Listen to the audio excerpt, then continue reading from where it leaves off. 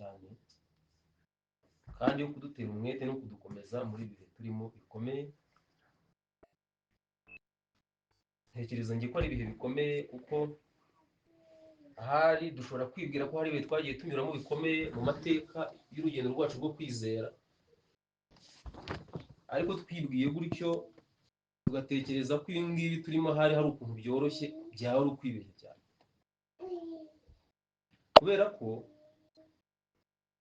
uko ibihe bigenda bijya imbere ibyanditswe bigenda bitubwira ko umwanzi w'abantu n'Imana, ubwo ninde? Ni Satani, warushaho kurakara kandi akarushaho kongera imbaraga mu rugamba rwana, sibyo? Arwanya ubwoko bw'Imana. Ubwo bisobanuye iki?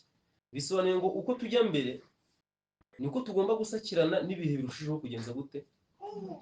Gukomera. Niko urugamba rugomba kurushaho kuremera. Bityo ndashimira Imana ko iba yaragiye iteganya n'uburyo bwo kubana n'ubwoko bwayo, kubuyobora, kubutera umwete no kudukomeza mu bihe nk'ibi ngibi.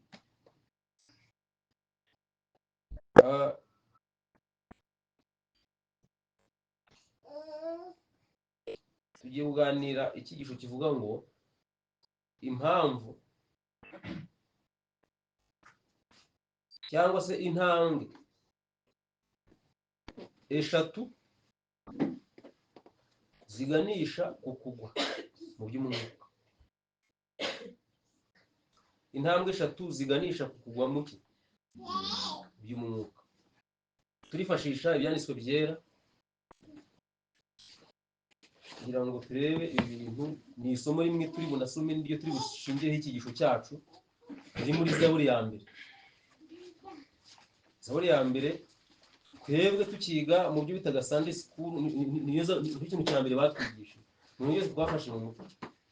Ikintu cya mbere niyo Zaburi nafashe mu mutwe bwa mbere, ariko ko kuyifata mu mutwe nyine ntabwo nari nzi icyo bisobanuye. Ariko umurongo wa mbere uravuga ngo hahirwa umuntu udakurikiza imigambi y'ababi, ntahagarare mu nzira y'iki, ntiyicarane n'iki. Uwo murongo tugiye kuganira.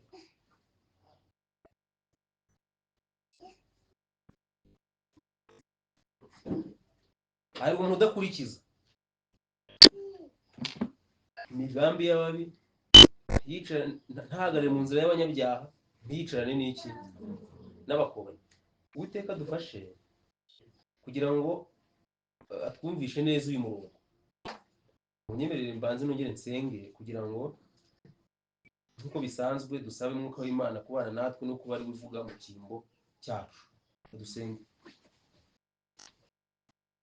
Uwera, uwera, uwera, izina ryawe rihabwa icyubahiro. Tuje imbere yawe duciye bugufi, twese dufite ubukene mu buryo bw'umwuka ku rwego rwo hejuru, kandi tutakugize twarimbuka. Duciye bugufi kugira ngo uri mu ijuru utumanurire kuri Mana, umutsima w'ubugingo, kugira ngo haze ibyifuzo byacu by'iby'umwuka. Ubukene n'inzara bigenda kutwica uba ari wowe uduhembura. Duhe ubwenge buturutse kuri Mwuka Wera kugira ngo dusobanukirwe n'amagambo y'ibyanditswe byera. Izina ryawe rihabwa icyubahiro kubw'iri teraniro, mu izina rya Yesu.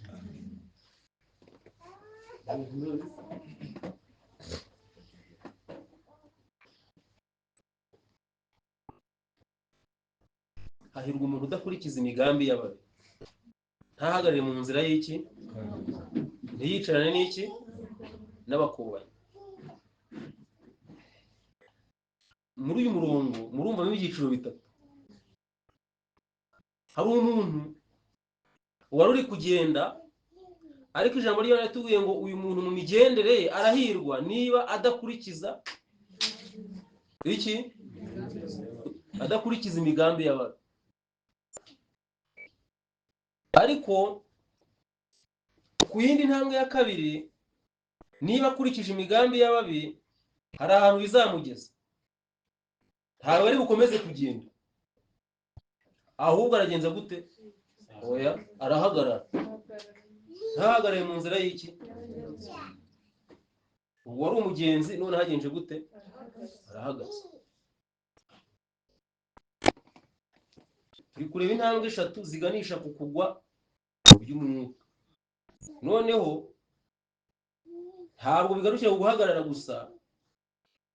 Buriya ushobora kubona umuntu ahagaze ku nzira ariko byanze bikunze ashobora kuba yarahagaze kubw'impamvu runaka ukagira ngo wenda akomeje iki? Urugendo. Kuko n'ibisanzwe kuba uri kugenda ugahura n'umuntu mugahagarara akanya gatoya muganira amakuru ariko mwese urugendo rukagenza gute? Rugakomeza. Urugendo rw'uyu muntu rero mwumva rwatangiriye rwo kugwa, none amagambo asoza y'umurongo aravuze ngo ntiyicarane n'iki? Ntiyicarane n'abakobanyi. Intambwe iheruka ni ukwicara. Hari ukugenda, guhagarara no kugenza gute? No kwicara.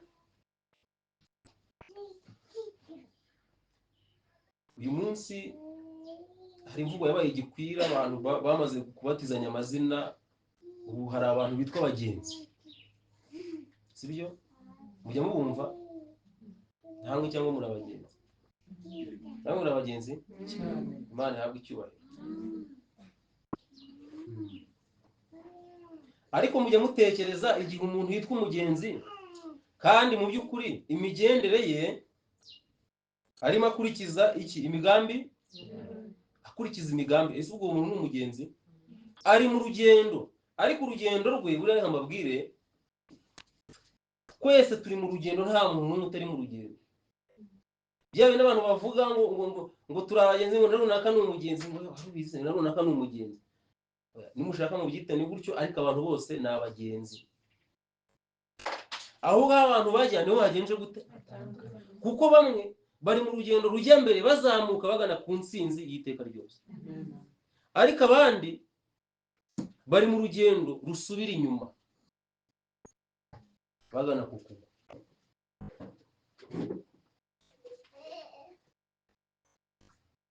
Abantu bose rero ni iki?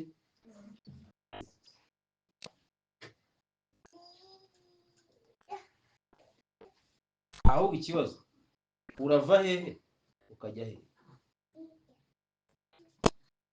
Ese urava mu byaha ugana mu gukiranuka, cyangwa ahubwo urugendo ruracuramye uri kuva mu gukiranuka ugana hehe? Mwirimbukire. Urugendo rwo kumanuka ndashaka ko turutekerezaho cyane, kuko hari igihe abantu bibwira ko bari kuzamuka kandi bari kugenza gute? Bari kumanuka. Kandi impamvu iyi ngingo nyizanye nta yindi, nuko turi mu bihe bikomeye kandi biteye ubwoba, aho Satani yiyoberanyije yamaze kwihindura nka marayika w'umucyo nk'uko na kera yabikoraga, kugira ngo abeshye abantu, abaheze mu kwibwira ko ari abagenzi, kandi koko nibareba babone bari kugenda. Ariko ikibazo, urugendo rwabo ruzabatungura he? Ku iherezo ry'urugendo ubwo ni tugitekereze. Sibyo birashoboka, ariko turaza gusoma amasomo y'ibyanditswe byera, Bibiliya ndetse n'uko buhanuzi ahera twereka neza ko iki gihe ari cyo gihe tugenje gute, ari cyo gihe duhagaze. Kandi nk'abantu b'abakristo nayo mbabwire, umuti wonyine uzatuma tugera ku ntsinzi y'urugendo rwacu tukagera ku iherezo ryarwo amahoro, nuko tumara amaso. Kugenza gute? Kumara amaso. Kumara amaso, iryo jambo rirumvikana. Ni ukwegurira Imana byuzuye, ni ukwitanga wese. Kubera ko maze iminsi nkurikira amakuru atandukanye agenda aca ku miyoboro tugezaho amakuru atandukanye, YouTube n'ahandi. Kugira ngo mubaze iminsi mubona namwe niba mukurikirana inyeganyega n'ishungura riri mu itorero ryacu. Maze iminsi hari kuba session muri Amerika, ariko ntabwo ishungura riri muri GC gusa, ahubwo no mu ministries atandukanye abantu bari kugenda bava mu kwizera. Hari umugabo wakoraga kuri ABN, murayizi, witwa Rani Day. Ninde utamuzi muri mwe? Abenshi muramuzi, umugabo munini cyane, ni n'umuririmbyi mugenzi wacu. Nakundaga indirimbo ze pe, sinababeshya. Yigishaga ibigisho byiza Rani Day. Ariko ejo bundi yaricaye akora ikiganiro avuga ati ubu ntagikoraho nyine ko yamaze gusezera, yaragiye, ariko yamaze no gusezera mu badive. Hicara avuga ati jewe maze igihe nkora ubushakashatsi, namaze kubona ko hari ibintu byinshi twizera ariko bidafitiwe igihamya. Ibintu by'ubuturo bwera nta gihamya gigenje gute, nta gihamya gihari. Iminsi 300 nta gihamya. Umwuka w'ubuhanuzi, inyandiko za Madam White, intambara ikomeye ni plagiarism, ibintu nk'ibyo. Yahakanye kwizera, ntabwo ari wowe wenyine, hari n'abandi bagiye bakora nk'ibyo ngibyo muri iyi minsi ndetse no mu minsi mike yishize, sibyo? Muzo wakoranaga na Doug Bacher, yari yungirije perezida wa Amazing Facts, nawe yagiye gutyo. Kwibaza ni gute umuntu aba ari mu rwego nk'urwo ngurwo, ariko bwacya ukumva ngo ibintu byagenje gute, ibintu byahindutse.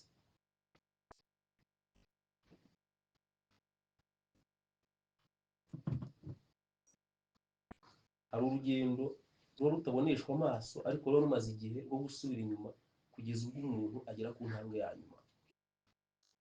Ese ashimwe. Kandi keretse gusa nituba amaso, naho ubundi abantu bose bitwa ko ari ababwirizabutumwa,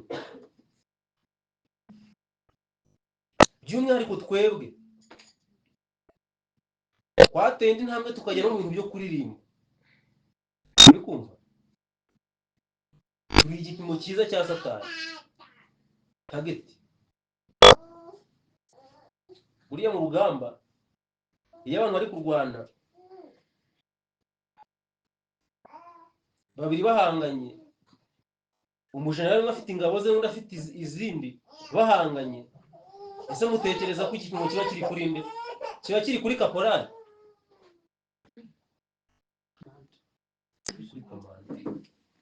Kiba kiri kuri generali, kuko generali yapfuye ingabo zigenza gute? Zicika intege, zigatatana. Hari n'igihe urugamba ruhita rurangirira aho ngaho, maze ba bandi bose bagahita bahinduka imbohe z'iki, z'intambara, umwanzi akabatwara. Rero dukeneye kwitonda cyane no kwirinda. Turi mu gihe gikomeye cy'ishungura, kandi mu ishungura hari ibintu bigomba kuberamo. Niyo mpamvu umuntu wese waje muri iyi nzira, umuntu wese wiyegurira uyu murimo, hari ibintu agomba kwitondera. Niba tugiye mu rugendo rwo kwizera, tugomba kwirinda kugenda biguru ntege. Umuntu wese agakoresha imbaraga ze zose n'umwete we ungana iki? N'umwete we wose.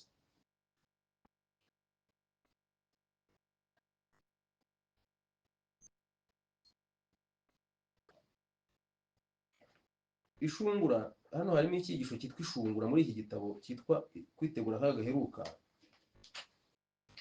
Elena White yandika kuko amakotasi harimo ahangaha nayo mu bitabo bye yose. Yaravuze ngo umwana w'Imana wese ku giti cye, page ya 60.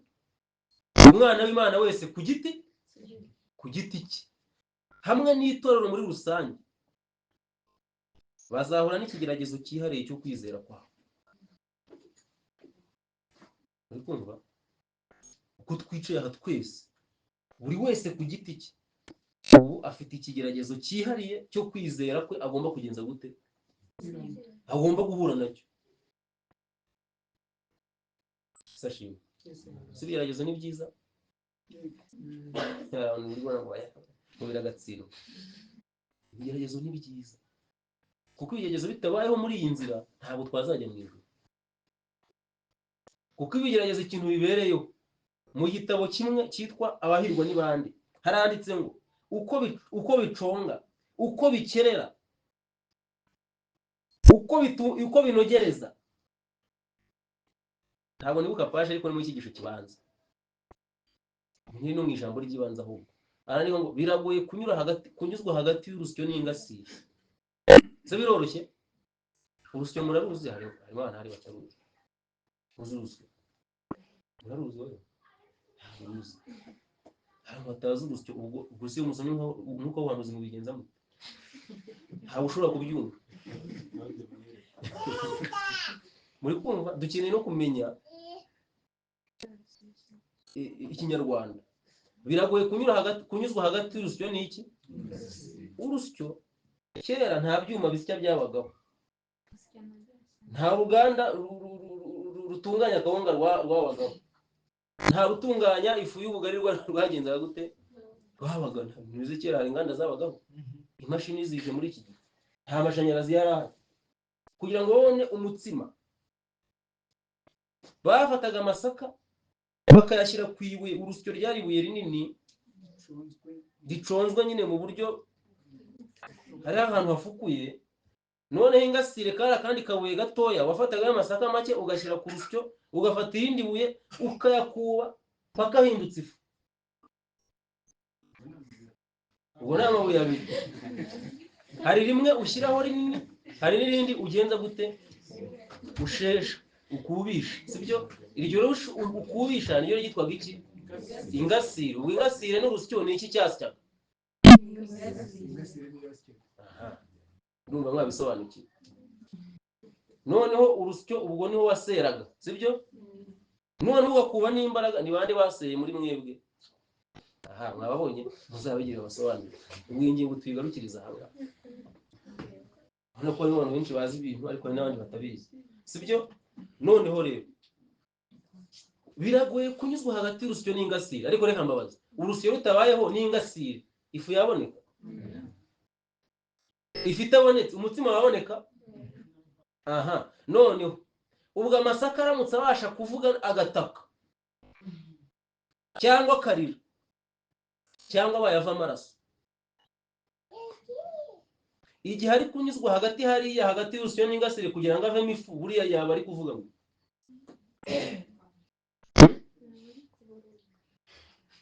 yaba ari kuborora. Sinzi niba n'umuntu wabo hano. Maze ibyanditswe bikavuga ngo abakristo bagomba kunyuzwa hagati y'urusyo n'iki?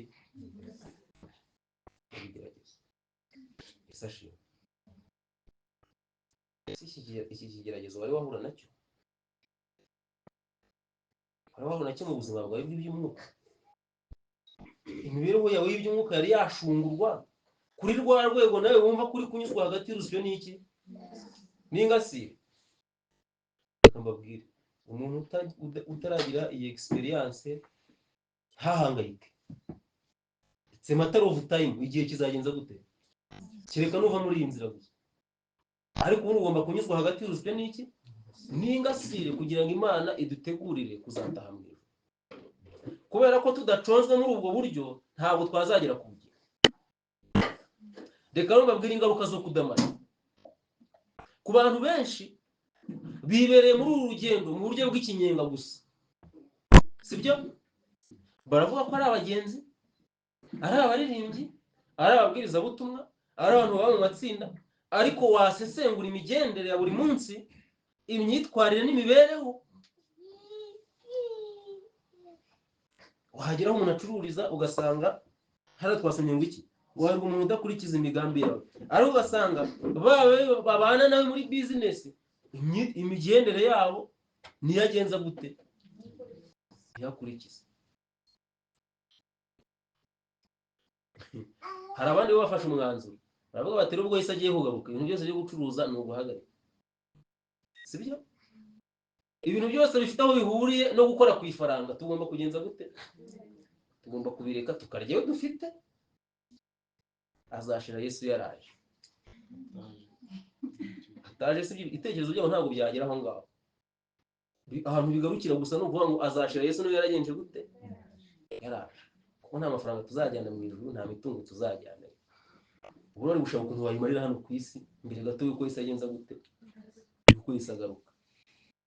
Ariko birengagiza ko nta n'umwe muri bo ushobora kuzamuka gatoya ngo agere mu nama zo mu ijuru amenye imyanzuro igenza gute.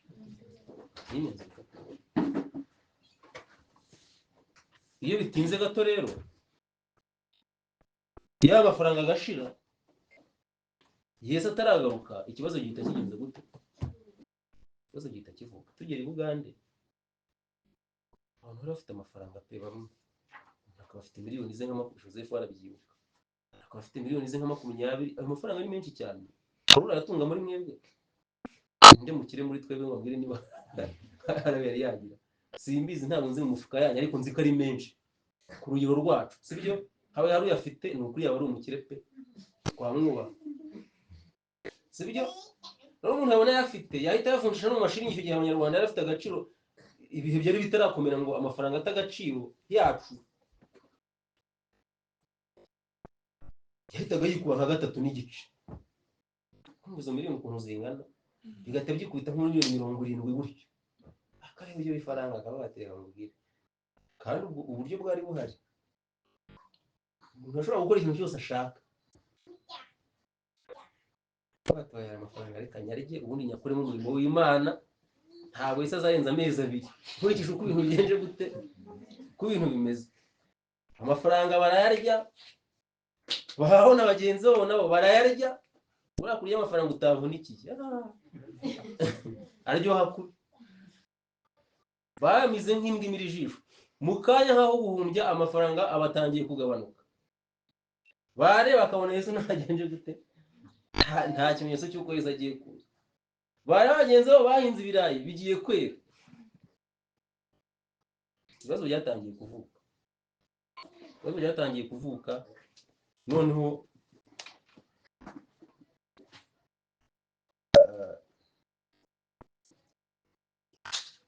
kugeza n'uyu munsi dore tugeze muri 2025. Ni ubwenge buva mu ijuru. Sashimwe. Abadakoze ibyo rero bakavuga bati noneho biragaragara ko Yesu ashobora gutinda, none nimureke twiga ubwenge. Muri iki gihe ubu ibintu bimeze neza, mureke amahirwe yose twatakaje tugenze gute, tuyareke ipere. Kandi kuko hari amahirwe abantu batakaje. Abafite business zimwe zarahombye kubera ibihe bamaze babenda bari mu mahanga, abandi bihishe, sibyo? None mureke dukoresha imbaraga zose zishobokana, ahantu ifaranga rishobora kuva hose turihakura.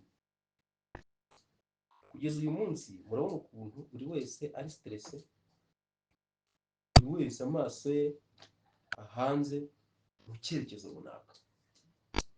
Ariko mu gihe hari iyo confusion, birashoboka ko ari bwo ijwi ryakumvikana ngo wapimwe mu gipimo usanga utagenje gute. Ni bangahe bazabasha kwihanganira kunyuzwa hagati y'urusyo n'ingasire? Ariko buri mwana w'Imana wese, ikigeragezo ubu gihereye ku muntu wese ku giti cye. Ikigomba gukurikiraho rero ni iki? N'itorero muri rusange.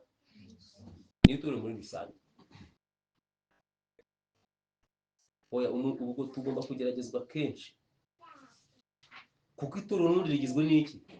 N'abantu. Ba bantu bageragejwe rero buri wese ku giti cye, niho bagomba kongera kugeragezwa noneho ku yindi ntambwe noneho y'ikigeragezo cya rusange. Buri itegeko ry'icyumweru ni ikigeragezo cy'itorero muri rusange. Ariko reka mbabaza, mutegereza ko rizasanga abandi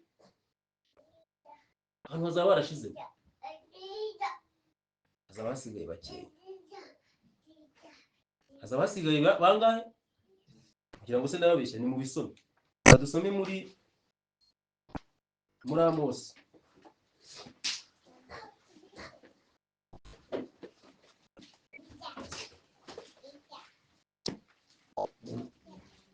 Amosi igice cya 9 handitse iki? Amosi muramubona hirya y'umuhanuzi Mose Yoweli. 9:9.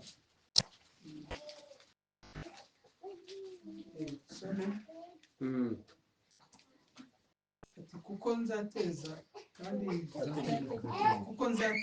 kandi nzagosora inzu ya Isirayeli mu maboko yose nk'uko ingano zigosorwa ku ntara, ntihagire n'imwe igwa hasi.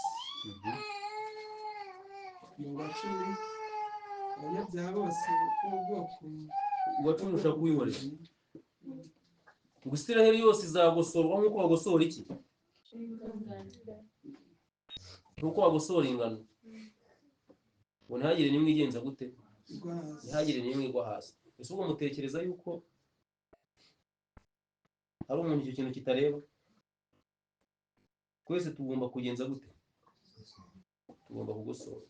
Reka hagira undi muntu turebera nanone muri Luka 22 twumve icyo Yesu yavuze. Ubutumwa bwiza bwanditswe na Luka igice cya 22 uhagera mbere aturebere ku murongo wa 31. Yesu avuga ko Petero agiye kumwihakana. Kandi umwami Yesu aravuga ati, Simoni, Simoni, dore Satani yabasabye kugira ngo abagosore nk'amasaka. Uretse ubwo nanone Yesu yunze mu ry'umuhanuzi Amosi. Satani yabasabye kugira ngo agenze gute? Abagosore. Ese ubwo ni ikintu cyiza Satani yenda gukorera itorero? Nk'uko bagosora iki? Amasaka. Iki kintu rero nta muntu kitareba. Yesu abwiraga Simoni Petero, maze aramubwira ngo ariko wowe nagenje gute? Ariko weho ndakwingingiye ngo kwizera kwawe sashimwe. Nta kindi iri gosora, nta kindi bibihe gishungura turi kubinyuriramo. Satani umugambi we ni ukugira ngo kwizera k'ubwoko bw'Imana kugenze gute?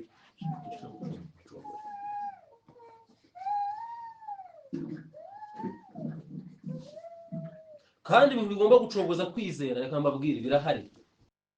Niyo utakurirwa wishyiriraho ibindi, ibyo Satani yateganije bigenje gute? Birahari kandi birahagije.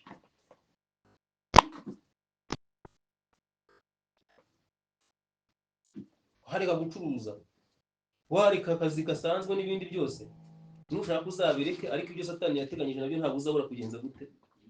Ntabwo uzabura kubicamo. Kuko gahunda ya Satani ni imwe, nuko kwizera ko kubwoko bw'Imana kugomba kugenza gute? Kugomba gucogora, nta kindi. Rero imitego ni ibiri. Icyambere ni uko bagomba gushuka abantu ko bari kugenda kandi urugendo rwabo ntaho rwerekeza mu yandi magambo, ahubwo bari kujya muri Gehinomu kandi bibwira ko ari iki? Bibwira ko ari iki? Ari abagenzi bajya mu ijuru. Si byo bintu birashoboka? Muzafate igitabo cyitwa Umugenzi. Muzafate igitabo cyitwa Umugenzi. Hano kirahari, reka mbasomeremo ibyo bintu. Igitabo yes. Muzasome abagenzi igihe bagendaga.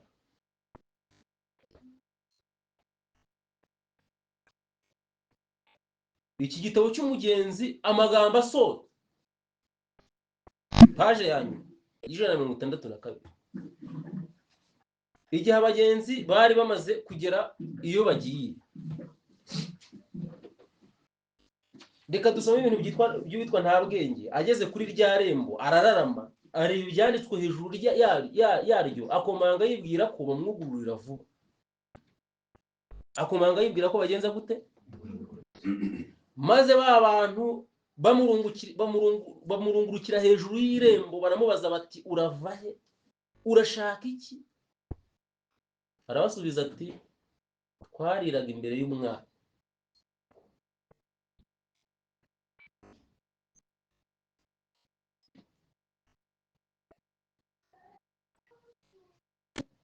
Tukanywera imbere ye, akigishiriza mu nzira z'iwacu. Wari umugenzi? Twariraga imbere y'umwami, tukanywera imbere ye, akigishiriza mu nzira z'iwacu. maze bamubaza urwandiko rwe ngo barujyane barushyire umwami.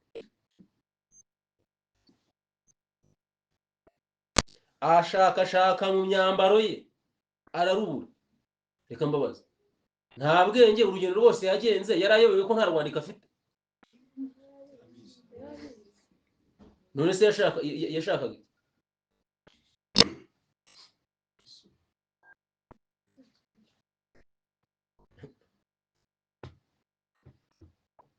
reka mbabwire, buriya twisuzumye ntabwo twagirwaho n'urubanza.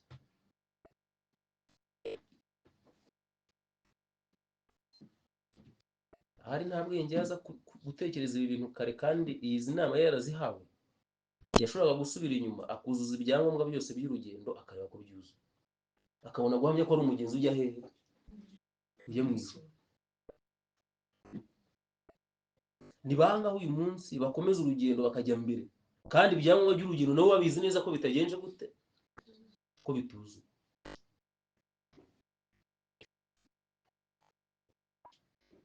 Baramubaza bati ntarwo ufite? Ntiyagira icyo asubiza na gito. Babibwira umwami, ntiyakunda kuza kumureba. Umwami nta nubwo yiri waza kugenza gute, nta n'uwo yarazi, nta gahunda bari bagenje gute. Haranditse ngo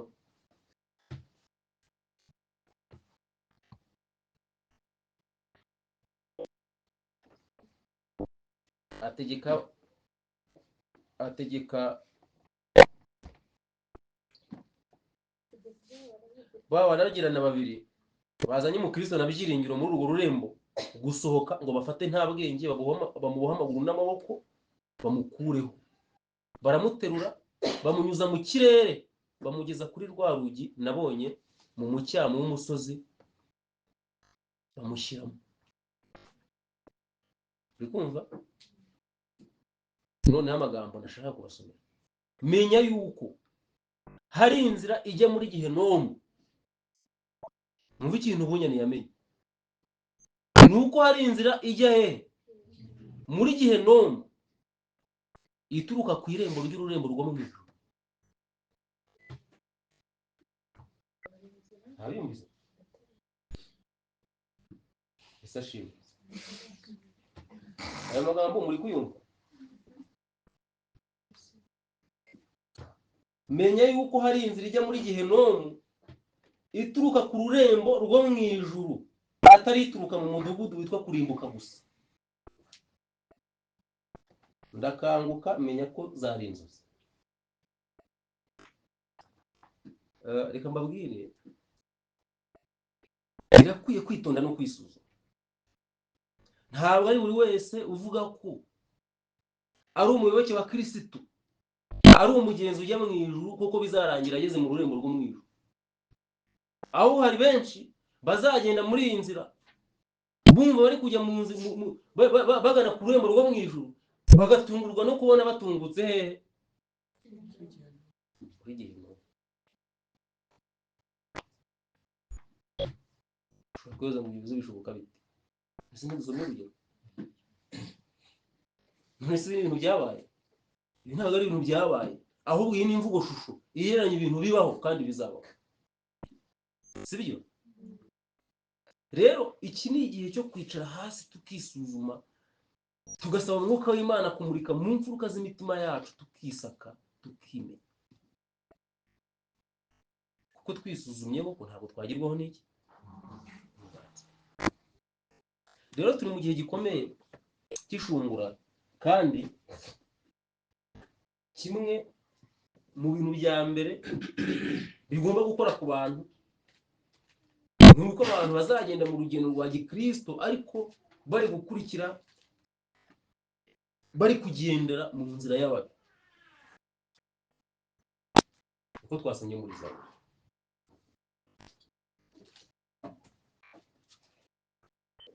Bari gukurikiza inzira z'ababi. Imana yatandukanije izi nzira zombi. Ese ashimwe. Imana mu rukundo rwayo yashyizeho itandukaniro rigaragara, kugira ngo umuntu atanibeshya akagendera mu nzira itari yo. Sibyo? Niyo mpamvu Yesu muri Luka igice cya 20 na gatatu ni 23 oya ntabwo ari 23 ahubwo ni Luka igice cya 13 yasobanuye iby'inzira, aravuga ngo mugire umwete wo kunyura mu irembo rifunganye. Iyo si inzira imwe yavuze, kandi akayirarikira abantu kuyinyuramo. Ni ukuvuga ngo abagenzi bajya mu ijuru, icya mbere ni uko bagomba kunyura mu nzira igenje gute? Mu nzira ifunganye. Noneho ngo bamwe bazashaka kurinyuramo ariko ntibazagenza gute? Ntibazabibasha. Nyirinzu namara guhaguruka agakinga urugi, namwe mugatangira kurukomanga muhagaze hanze muvuga muti mwami mwami dukingurire, azabasubiza ati simbazi, sinzi naho mugenje gute. Murumva atari amateka ya nta bwenge se? Siko yabigenje se? Yashatse kunyura mu irembo ariko bitakigenje gute? Bitagishoboka. Maze Bunyanidore yakotinze aya magambo ku murongo wa 26 baravuga ngo nibwo muzavuga muti kandi twariraga imbere yawe tukanywera hehe? Imbere yawe, ndetse ukigishiriza mu nzira z'iwacu, kandi twabaga mu materaniro, twaririmbaga muri limunati. Mu yandi magambo tube practical nyine tubivuge nk'uko biri. Mbabwire buri wese ava aha ngaha afashe umwanzuro wo kutazavuga aya magambo.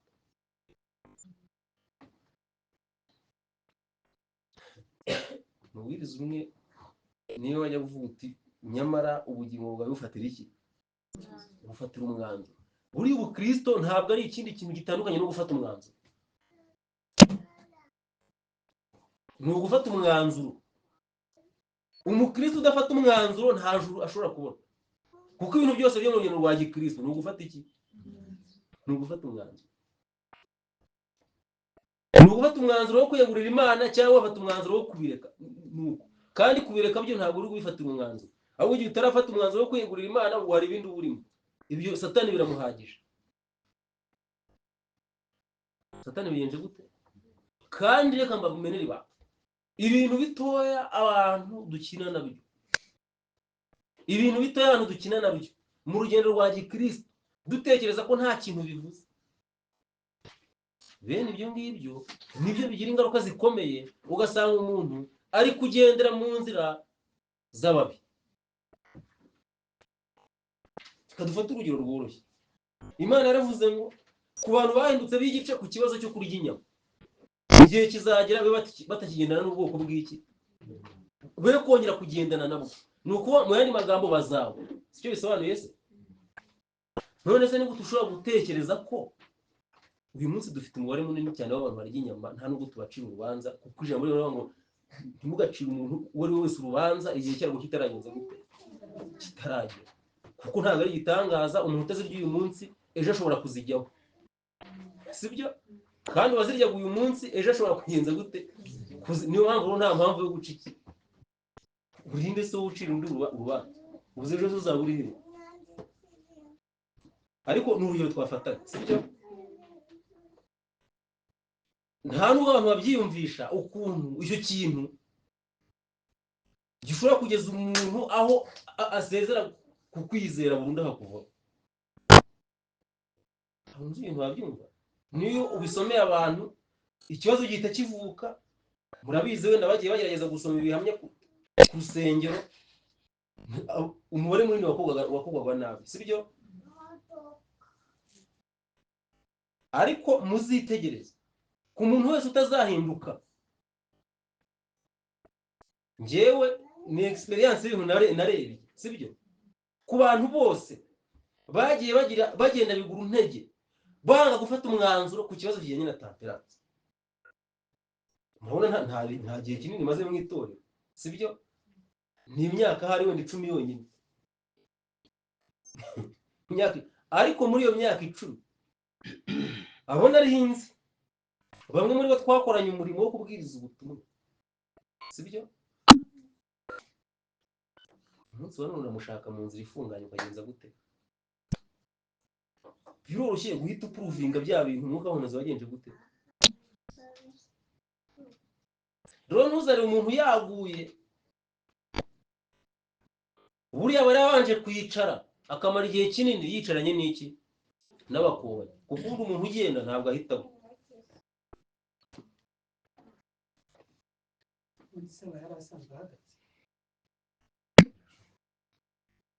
Mwumvise la procedure ni ukugenda ugahagarara hanyuma ukagenza gute? Ukicara. Niyo mpamvu ujya kubona ari ukabona umuntu hari umubwiriza mwahoze ngo umuntu baratembagara ngo ntimukabeshye umuntu yaguye, umuntu aba yatembagara, kuko n'undi muntu wicaye ukoze n'undi muntu wicaye aragwa. Niyo mpamvu rero umukiranutsi niyo yagwa ntabwo azagenza gute? Si ko Yesu yarabivuga harya ni muze gushaka iryo somo. Umukiranutsi niyo yagwa ntabwo azagenza gute? Ntabwo azarambarara. Niyo yagwa ntabwo azarambarara, ariko umuntu wari wicaye ahita arambarara, kuko urugendo rwamaze igihe kirekire, yagiye amanuka gahoro gahoro, kandi impamvu atabihaye agaciro ni uko yibwiraga ko ari iki? Ari umugenzi.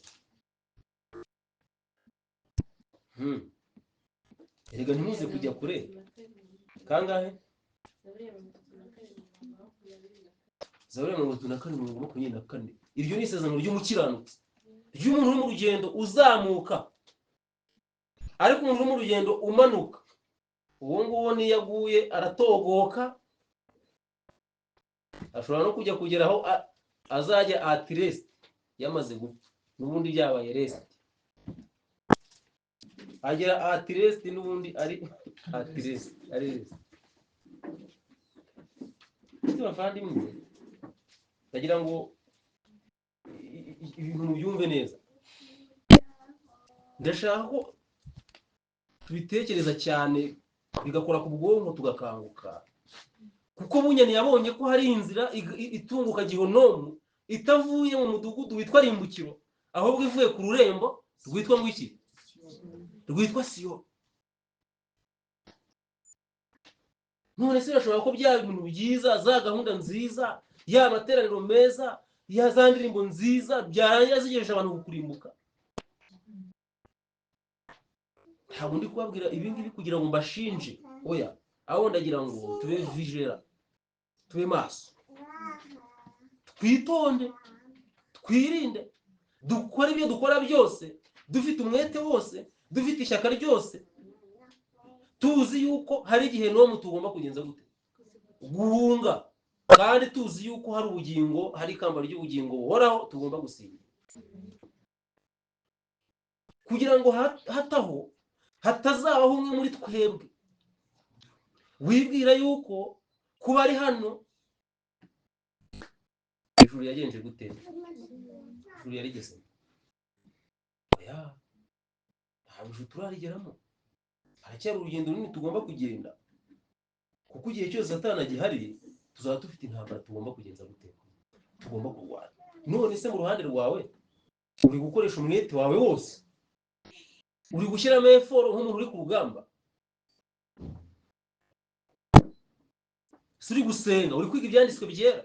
Reka mbabwire, reba nk'abo bene data twarimo tuvuga bamaze kugera ku mwanzuro aho bahakana zimwe mu nkingi zikomeye zo kwizera kwabo, sibyo?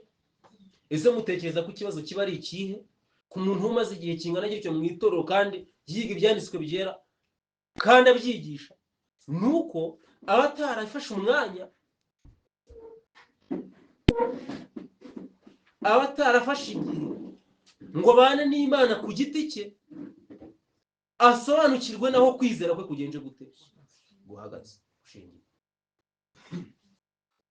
Ahubwo agashingira kwizera kwe ku bagenzi be, kuko nari mu itsinda ririmo na runaka, aho ati nzamugenderaho. Hari n'abantu numvise bavuga ngo ngewe mu mugabo nyirajya mu ijuru ngo nzamufata ukuguru ngo ngurukane.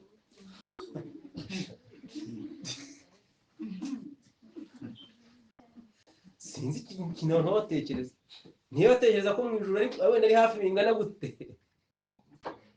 niba batekereza ko Imana ari inyantege nke bingana bite, ibitekerezo nk'ibyo ngibyo ni ibitekerezo umuntu wese adakwiye kugira.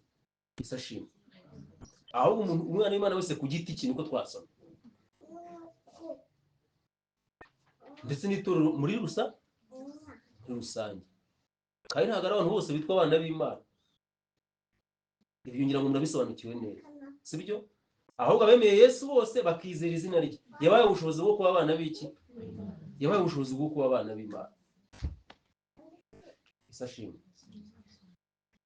Abo ngabo rero biyegurira Yesu bakamwizera, kandi kumwizera nta kindi kitari ukumwiyegurira no kugendera ku cyo ategetse cyose.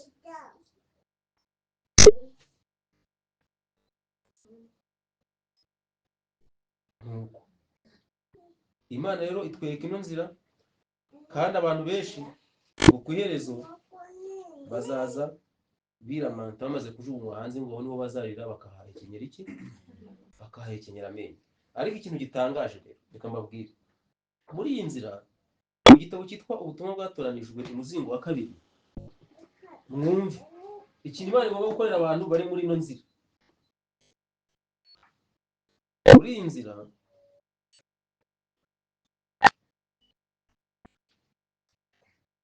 ni ku cyigisho cya 25, ntekereza ko aya magambo ari kivuga ngo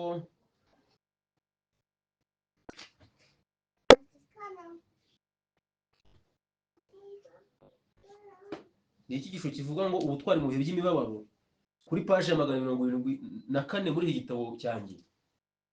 Ubwo ku bafite izindi verisiyo baze kureba, ariko nakagiye kavuga ngo inzira ijya mu ijuru irafunganye kandi ikarushye.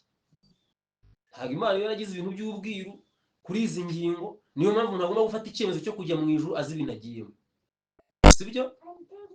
Nisashimwe. Ntimugatekereze ko mu nzira ijya mu ijuru ari ahantu umuntu agiye kuzaza agenda yidayinga.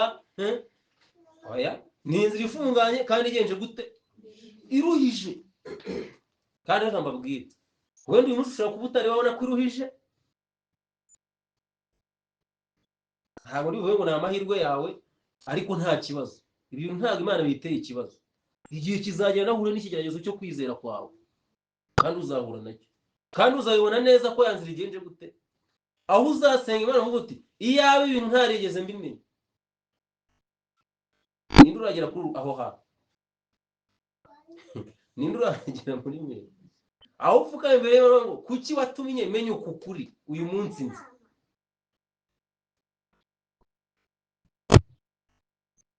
Inzira iruhije.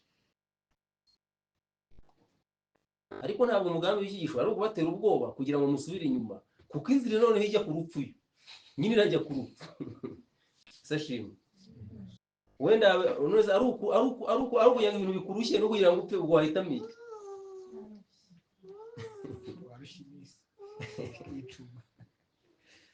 Sashimwe. Ntabwo ari njye uri kubigira somehow joke, ariko no kugira ngo utekereze neza ibintu muri realite yabyo, sibyo? Kuko ndabizi neza ko abantu benshi inzira y'ubugingo bayibeshyaho.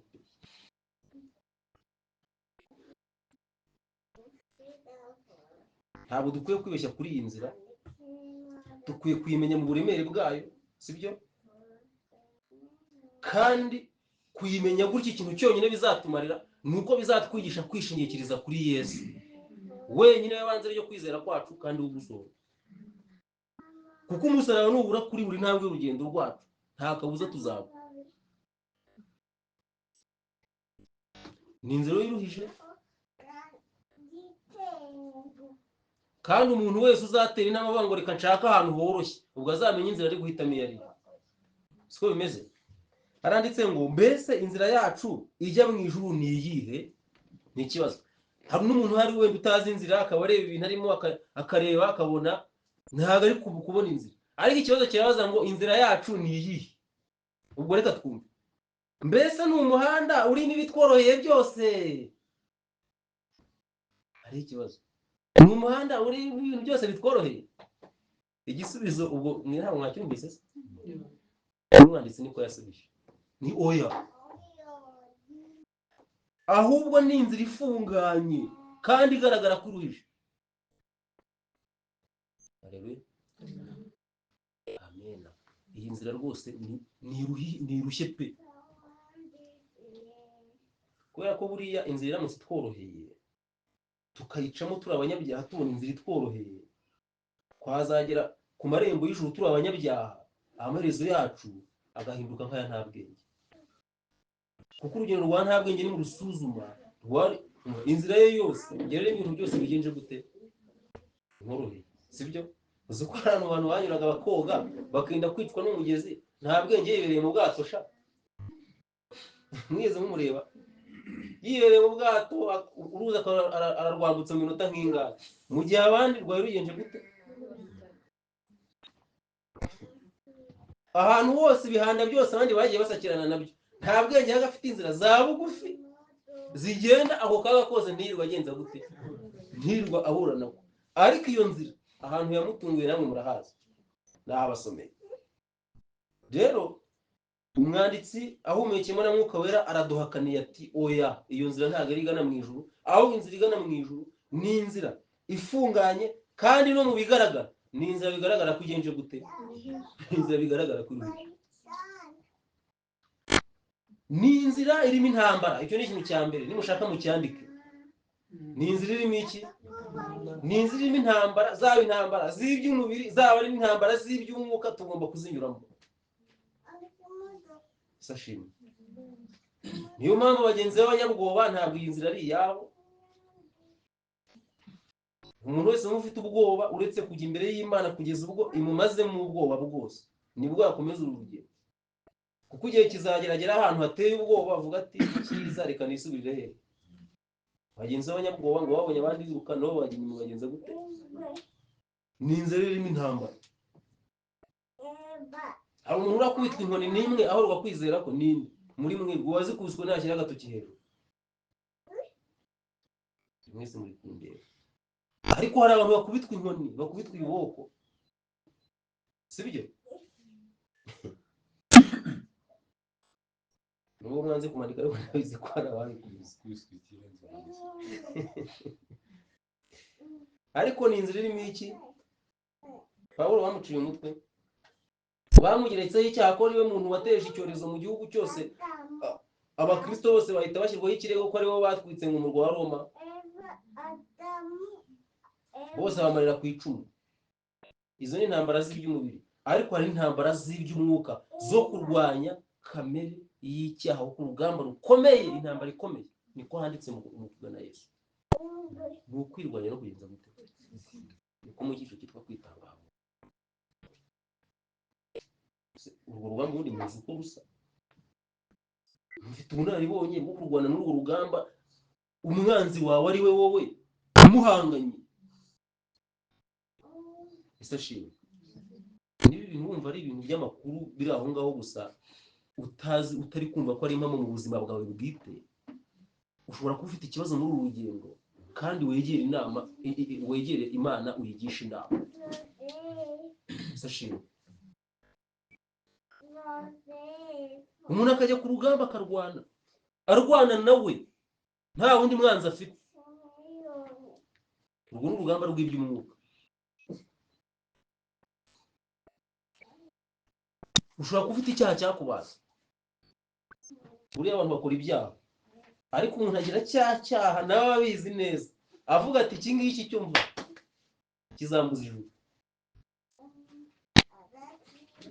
Niba ntacyo ugira ubwo waba uri umunyamahirwe, ahari sinzi ukuntu waba uremye, umunyabutari mwene Adamu. Ariko hari ibintu bitewe n'amateka y'umuntu mu cyaha, hari ibintu aba yarabayeho addicted to, sibyo? Akumva ikiramukurura, iyo kintu kiramuremereye. Uzi urugamba rw'uburyo ushobora kuovercoming icyo kintu ukanesha ukabona intsinzi. Hari n'abandi bageze ku mwanzuro bakavuga ati mba ntabwo ibintu bishoboka, ntabwo umuntu ari umukiranutsi muri iyi si ngo aneshe ibyaha. Maze ngo na Dawidi yarabuze mu byaha niwe mama yambyariye, urumva? Ariko ibyo bintu abantu babikinira baba bataramenya ikiguzi cy'ubugingo bwari cyo. Isashimwe. Ibi byose ni intambara ziba mu nzira ifunganye. Ese mugira ngo abantu bari mu nzira ngari ibyo bintu babyitayeho? ikintu wabyitayeho ntabwo wabyitayeho, ahubwo ikintu bitayeho ndaza kukibasomera. Ikintu cyose kamere yabo irarikiye kibabata, urumva, bahita bakora ibishoboka byose kugira ngo icyo kintu bakibone bayihaze. Urumva ikinyuranye? Mu gihe umuntu uri mu nzira ifunganye we arwana intambara yo kurwana na cya kintu mpaka yenje gute, mpaka kinesheje, undi we arakora ibishoboka byose kugira ngo akiyihe.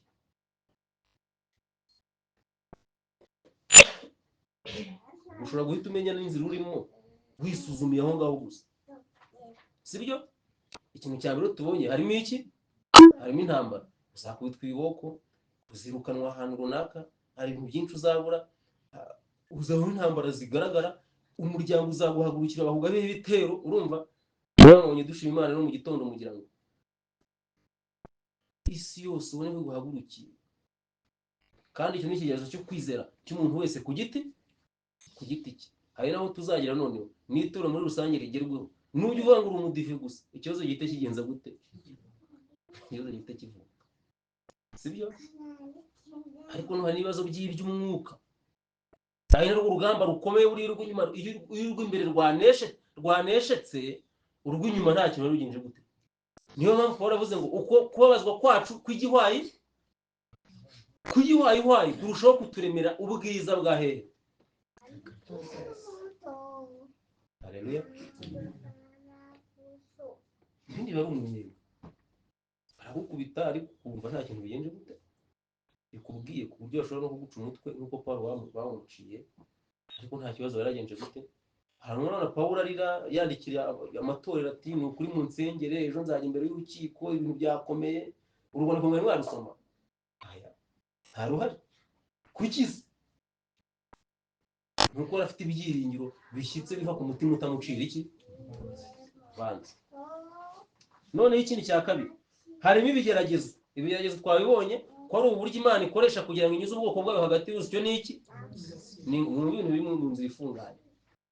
Ni ibi ngibi bakobwa namwe, bahungu, basore namwe, umva, bagabo namwe, bagore, ibiri muri uru rugendo. Ibigeragezo, kurenganywa n'umubabaro. Ntabwo mbizi niba hari indi perspective mwari mufite ku nzira ifunganye, ariko ni ibi ngibi ijambo ry'Imana rigenza gute bitwereka. N'izindi expectations wenda dushobora kugira, ibintu twibwira batuye ubwo ngiye muri iyi nzira, buri ibintu bizagenda gutya. Oya, ni expecting ibintu bibi, sibyo? Niba ari uko mwabitekerezaga, ubwo ndi hano kugira ngo mbace intege muri iyo cyerekezo. Ariko hari ibyiringiro by'ubwiza ku iherezo ry'urugendo. Haleluya. Nta kintu umuyobozi wacu Yesu yaduhishe cyerekeranye n'urugamba tugomba kurwana. Nta kintu umuyobozi wacu Yesu yagenje gute. Ni ukuri amakuru yose Yesu yarayatanze. Hano haranditse ngo arambura ikarita imbere yacu kandi akatwereka inzira. Yesu niwe kamanda w'urugamba, afite ikarita nini yerekana inzira zose, yerekana ibitero byose, ukuntu gahunda yose igomba kugenda. None arambura ikarita imbere yacu akatubwira ati dore inzira ifunganye nguko ukuntu igenje gute, nguko ukuntu iteguye.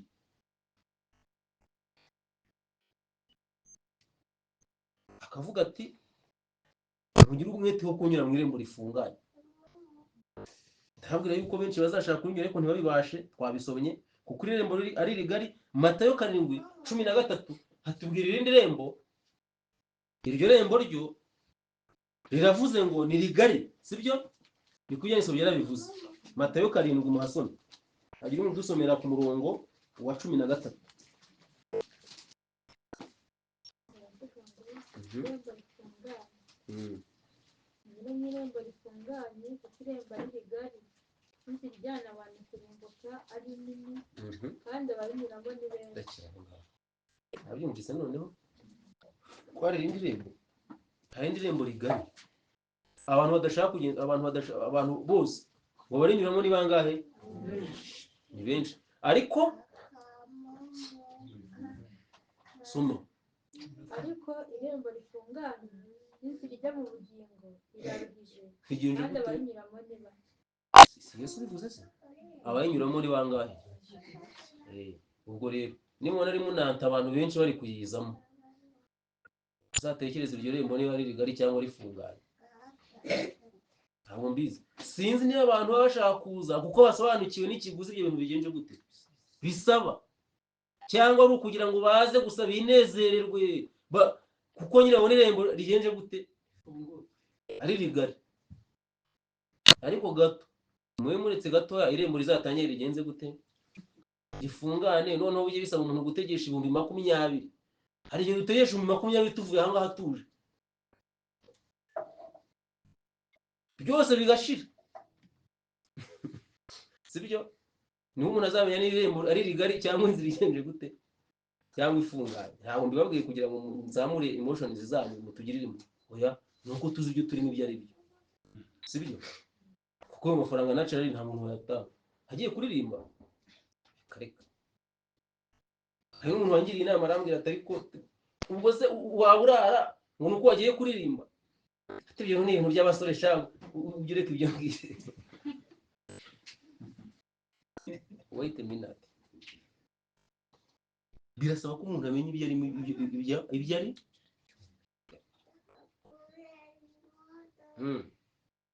Reka twikomereze. Yesu avuga irindi rembo ariko agatanga amakuru ahangaha nshaka ko anyura imitima yanyu, kuko nanjye yanyuze umutima wanjye. Mu isi mugira umubabaro ariko muhumure, nanesheje iki? Nanesheje isi. Yohana 16:3. Haleluya. Noneho hano muri uru rugendo Yesu aramanuka akabana natwe, akagendana natwe kuri buri rugendo. Noneho ukuri kunyura hagati y'urusiyo n'ingasire akajya avuga ati humura, mu isi urababaye ariko ku iherezo ibintu bizagenda neza. Humura naranesheje. Uri mu rugamba ubabaye, uri kurwana n'icyaha, ati humura, guma ku rugamba, wirambirwa, komeza usunike. Urababaye uyu munsi ariko iki cyaha humura uzagenza gute? Uzagitsinda. Uri mu ntambara y'ibyo koko, dore bose baraguhagurukiye, ariko siko bizaba ku bategereza Uwiteka, ntawe uzakorwa n'isoni. Haleluya.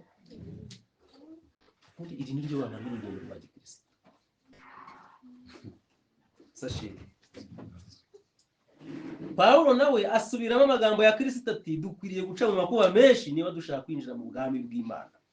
Byakozwe nka 14 niko havuga mu 26. None si biduca intege nibyo tugomba gushyira imbere y'intekerezo zacu? Niba bimeze gutyo, ubwo ibiduca intege nibyo tugomba gushyira imbere y'intekerezo zacu? Igisubizo ni oya. Haleluya.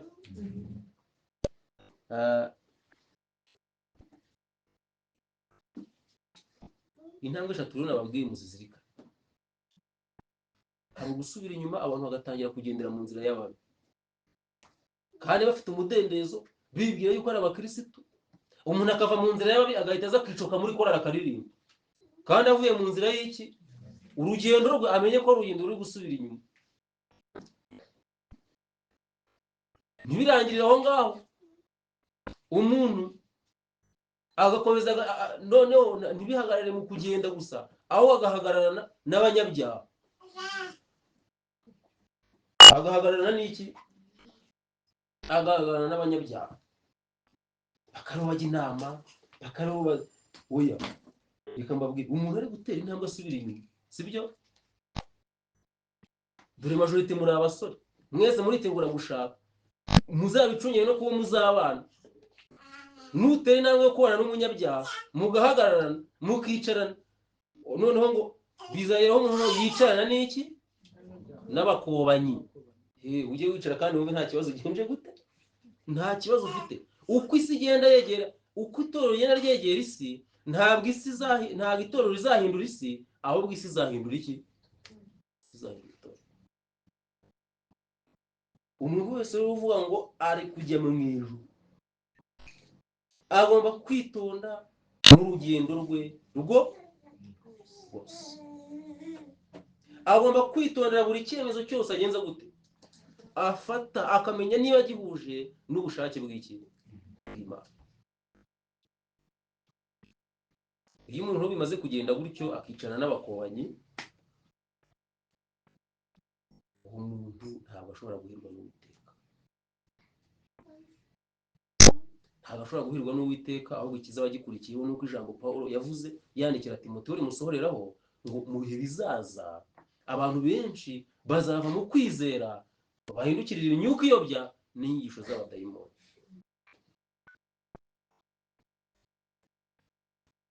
Ubu ngubu abantu benshi baba biyicariye ariko baramaze kwigarurirwa n'abadayimoni, baramaze kuyobigirwa burundu, baravuye mu kwizera. Kandi ukuri kw'ibyo bintu buri wese umutima we uba ubimuhamiriza. Sashimi. Rero mberetse ibyerekezo bibiri. Ikindi kintu numva nshaka kubabwira ni ukubashishikariza ko buri wese ku giti cye agomba gutekereza ukuntu abanye n'Imana, agomba kwibera umwigishwa w'ibyanditswe bye, agomba kumenya neza aho kwizera kwe kugenje gute gushingiye. Petero yavuze ngo buri wese aba abasha guhamya umuntu wese, guhamiriza umuntu wese umajije impamvu zo kwizera byaba biteye isoni muri Illuminati Singers harimo umuntu udashobora gusobanura kwizera kwe, kubera ko Illuminati Singers turi community nziza, ariko twese buri wese afite uko Imana yagenje gute yamuhamagaye, kandi buri wese azihamiriza ibye imbere y'iki, kuko buri wese agomba guhamya ibye agasobanura ibye imbere y'intebe y'imanza. Sashimi. Rero buri wese atekereza ukuntu abanye n'Imana, yongere yisubiremo, kuko Satani ari gutega imitego myinshi. Nukuri nabwiza ukuri kuri buri ngingo yose umuntu aba akwiye kumenya yuko ashikamye, ibirenge bye bishikamye ku rutare, kandi urwo rutare nta rundi ni ukuri. Kandi Imana turi mu gihe cyo gushyirwaho ikimenyetso cy'Imana, kandi Yesu yavuze ngo ubereshe ukuri, ijambo ryawe niryo ki, niryo kuri. Kandi ukuri niko kugomba kweza ubwoko bw'Imana, nk'uko iryo somo ribivuga, Yohana 17:17, siho riryo jambo. Kandi ikimenyetso cy'Imana Imana iri gushyira ku bantu ni iki? Mu byaduka haranditse ngo ikimenyetso cy'Imana ngo nuko abantu, iryo jambo ngo nuko bashikama mu kuri, ukuri nako kukabashikamamo. Nibyo ikimenyetso cy'Imana nicyo bisobanura. Mbese ukuri kwagushikamamo cyangwa ukagushikamamo utanakuzi. Uyu munsi umuntu ashobora, ni byiza, ushobora kubaza iminsi ugahita ubara uti yatangiye iminsi 300, yatangiye muri 457 imbere ya Yesu, irangira iki gihe. It's fine, nta kibazo, urabizi. Ariko se ibyo bintu ubasha kubihuza n'inama y'agakiza ukabuza icyo bikumariye wowe ubwawe uretse kubimenya gusa mu mutwe? Sashimi. Dukeneye kuba dushinze imizi mu kuri, tutari abantu bashobora kunyeganyezwa uko Satani agenje gute yishakiye. Kubera ko muri iki gitabo bavuga ishungura, bavuze ibintu bikanze mbibabwire byavuzwemo, kandi ndi kugenda ngana no ku musozo mu byumve. Hari ibintu bavuze bigomba gushungura abantu bose ku giti cyabo n'itorero muri rusange. Icyambere ni uburangare no kudamarara. Uburangare no kugenza gute. Turi mu materaniro Rwema yigisha, niba ari Rwema sinibuka umuntu wabyigishije arabivuga. Aravuga ati nta hantu na hamwe mu Kristo yigeze ahura n'akaga ari mu rugendo nk'igihe yari aryamye ageze ahantu ho kuruhukira.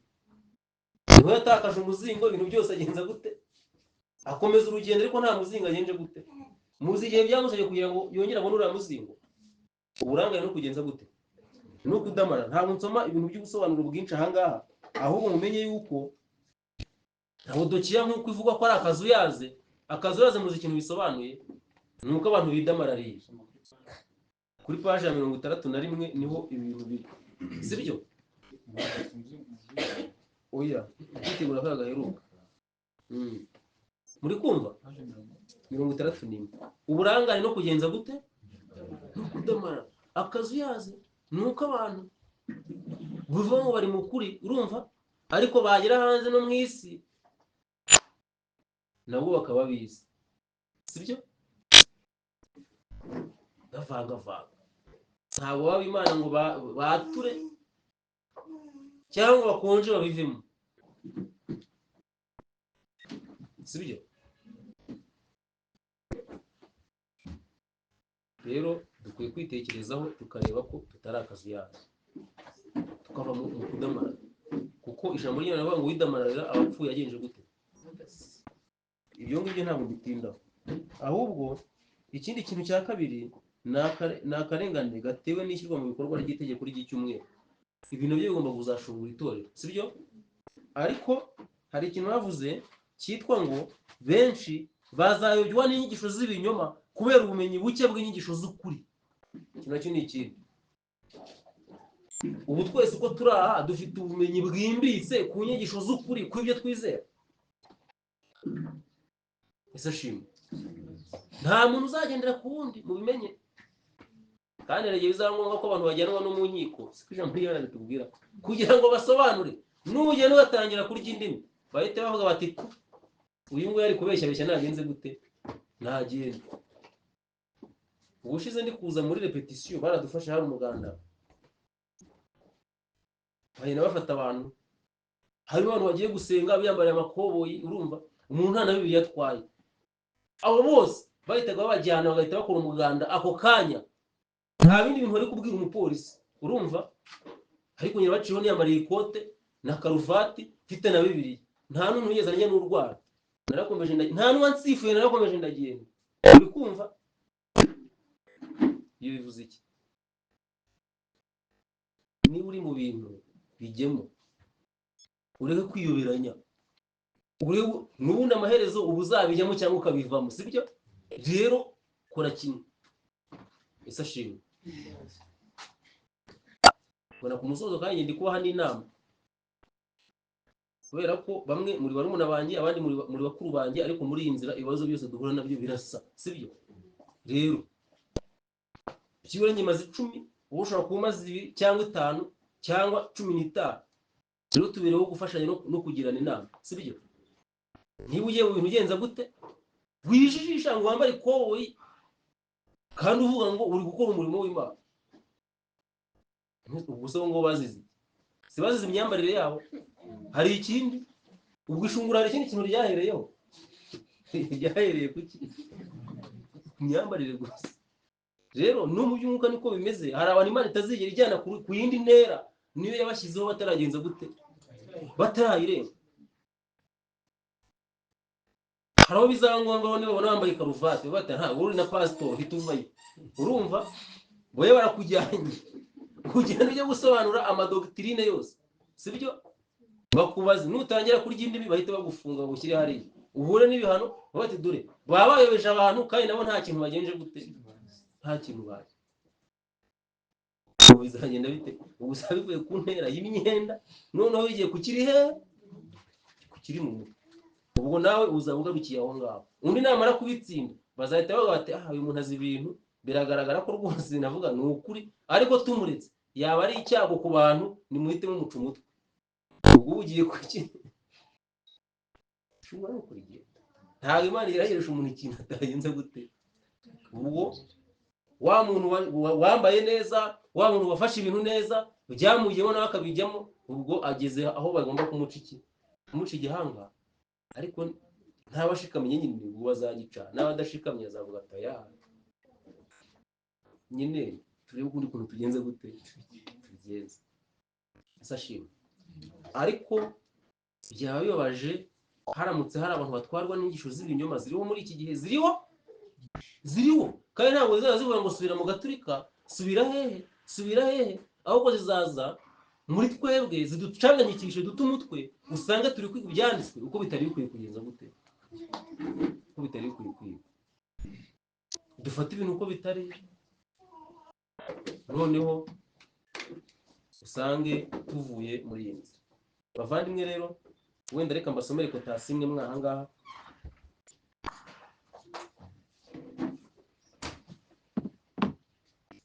Hano haranditse ngo umwuka w'Imana yasobanuye buri rupapuro rw'ibyanditswe byera.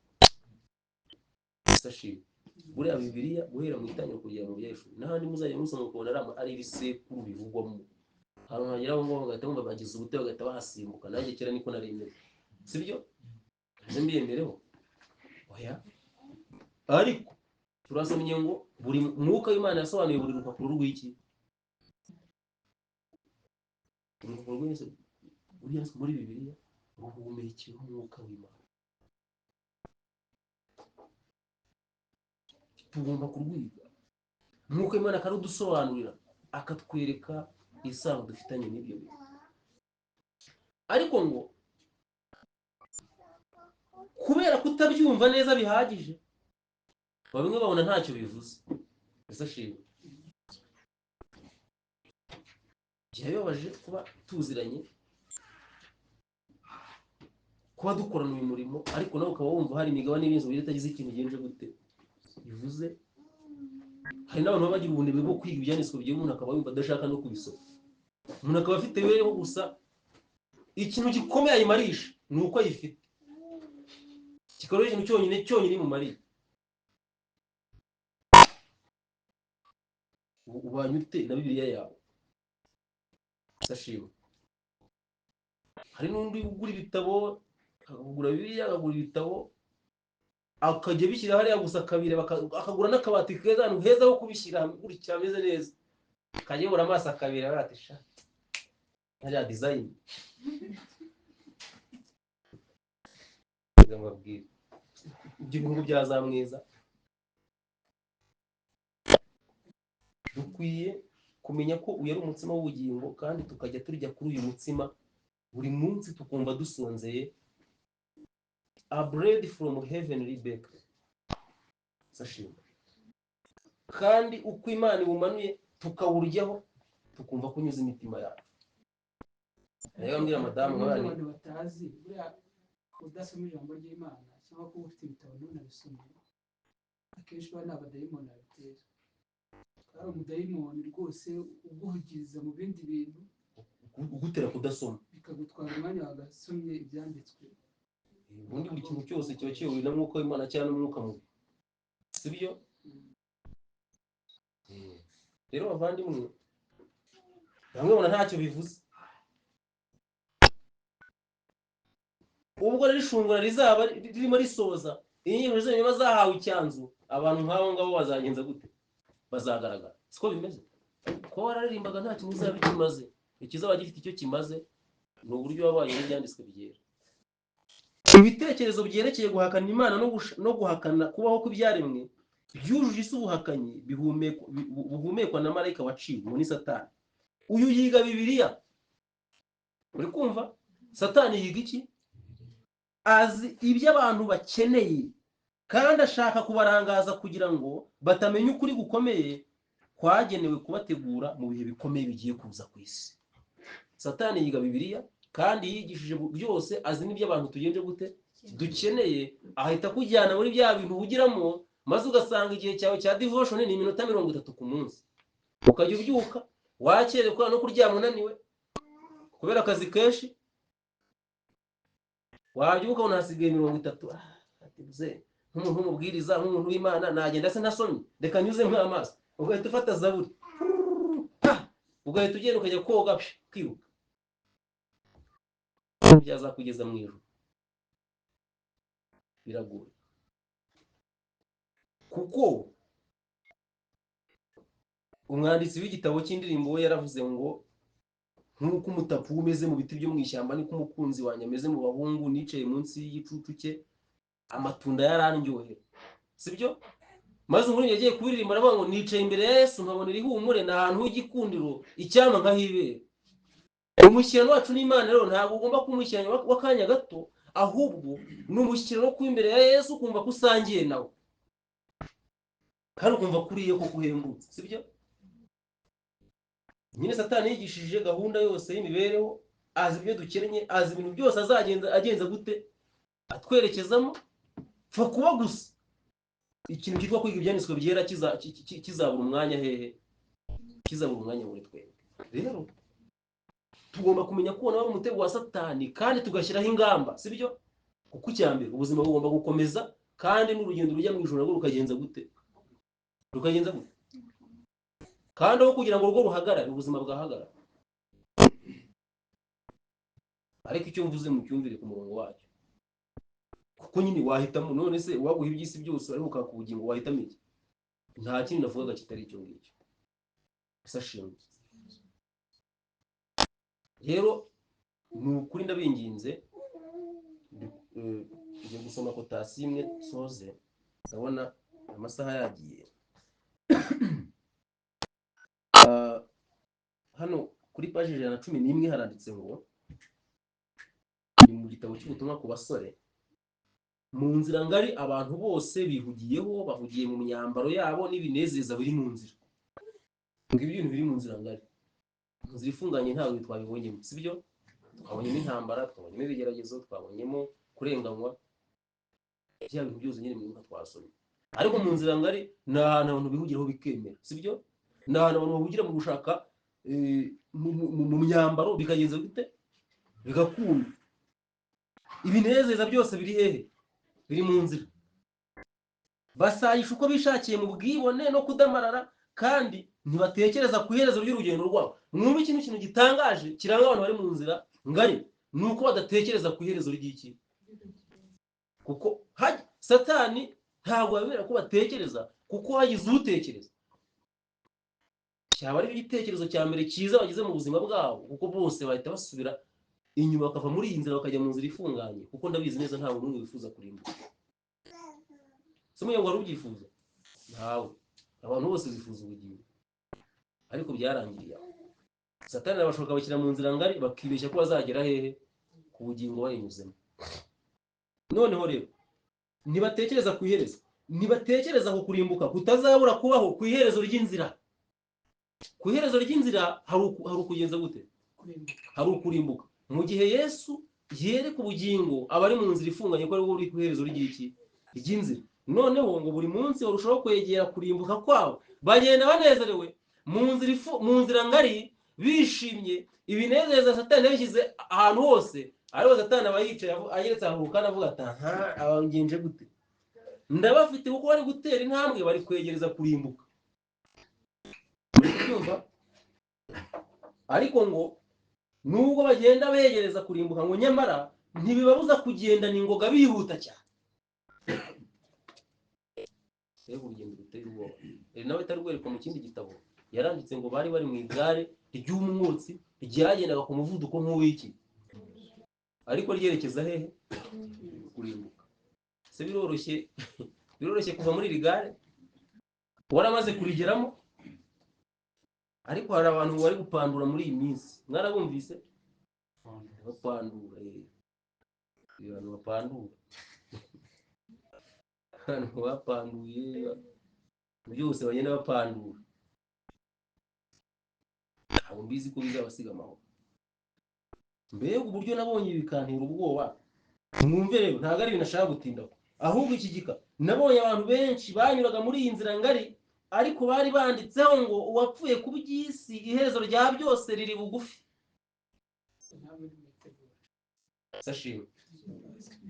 Bari kugenda mu nzira ngari, ariko biyanditseho paje 111, biyanditseho izi nyuguti ngo uwapfuye hehe?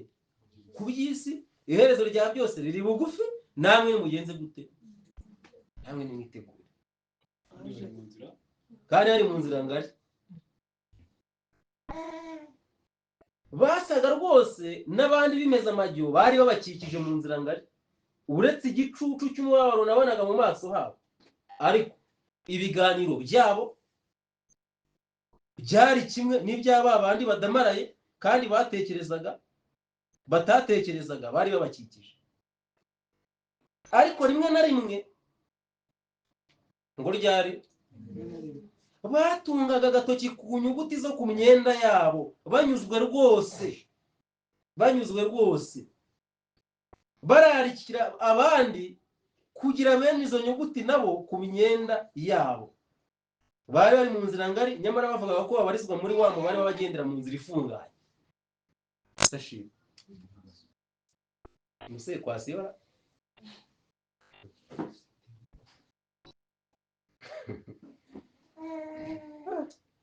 Tekereza ibintu byo minsi muri uko biteye ubwoba.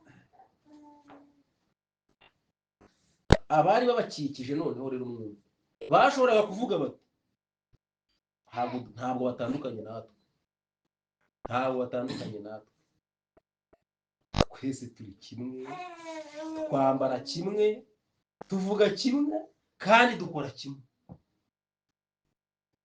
Ntaho tugenje gute, ntaho dutandukanye. Rero bavandimwe nshuti,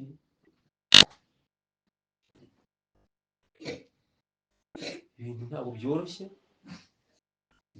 byoroshye, ndabinginze isomo nsorejeho riri mu Efeso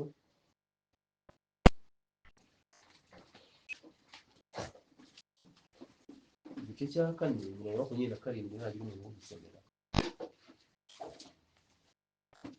Urumva uko mwumvise abantu bari mu nzira ngari ibyo bari kugenza gute, ibyo bari kuvuga, baravuga bati bameze ntaho tugenje gute.